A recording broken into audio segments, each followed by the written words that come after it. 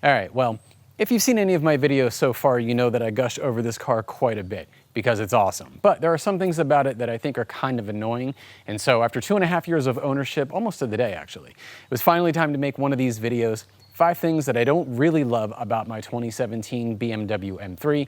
And yes, mentioning the year is kind of necessary. I'll explain why in a second. Now, the things I'm going to talk about here are sort of everyday daily driver grievances. I'm not comparing this to any other M cars or things like how it performs on a track. And admittedly, some of them are kind of nitpicky, but some of them are pretty annoying. So I'll order these from least to most annoying, starting with number 5, the trunk sensor.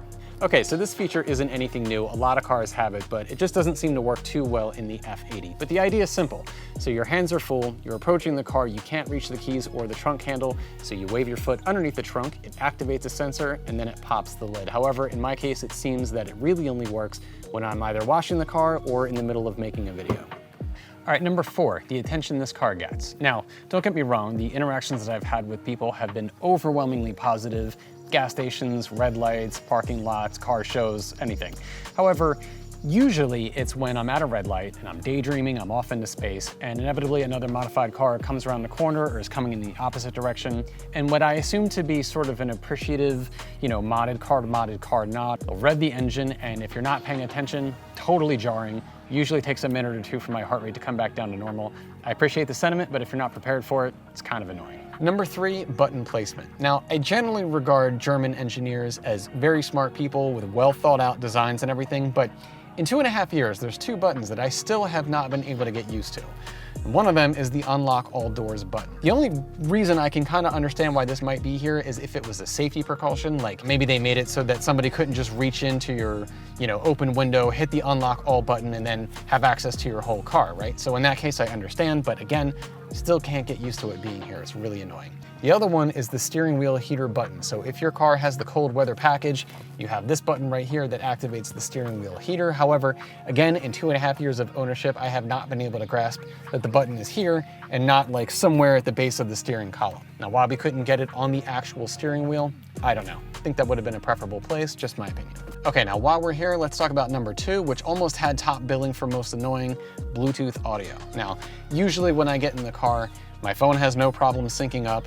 I can make them receive phone calls, contacts, all that stuff works great. However, the Bluetooth audio almost never works. And so if I'm listening to something on my phone, I'll see it transfer to the display, I'll see the album art, and even the time counter ticking away indicating that it's playing, but no audio. And so what I usually have to do is go into the settings for the phone, disconnect and reconnect Bluetooth audio. Really frustrating to have to do that almost every time I want to listen to something when I get in the car. And actually, the added kicker to that is that when I get out of the car, if you don't hit the stop button twice, once to shut off the car, once to shut off all the electrical components, the audio will still be in the car. And even if you tell your phone to play from your phone and the car is still technically on, it now becomes a tug of war with the car trying to regain control of the audio from your phone.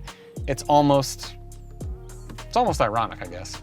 Okay, and the number 1 most annoying thing, huge design flaw of this car is the dust shields. So the dust shields are these metal plates that sit behind the rotors, and their job is to protect the brake pads from the elements, rain, snow, stuff like that. But what usually happens is they act more like a vacuum, where they pull up little bits of rocks and things from the road that get stuck in between the dust shield and the rotors. So what it sounds like is somebody put a soda can in a garbage disposal. It's a terrible metal scratching sound. And I don't know how bad it sounds from the outside of the car, but from the inside, it's amplified. It sounds like it's coming from all corners. Now, this was mainly an issue from 2015 to 2017 for F8X cars. In 2018, they redesigned the dust shields to be a little bit smaller. So this is a 2017. I've been having this issue ever since I owned the car.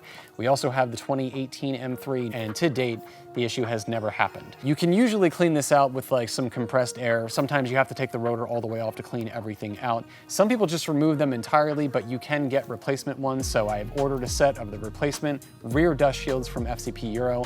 So I got them. I'm gonna be doing those pretty soon.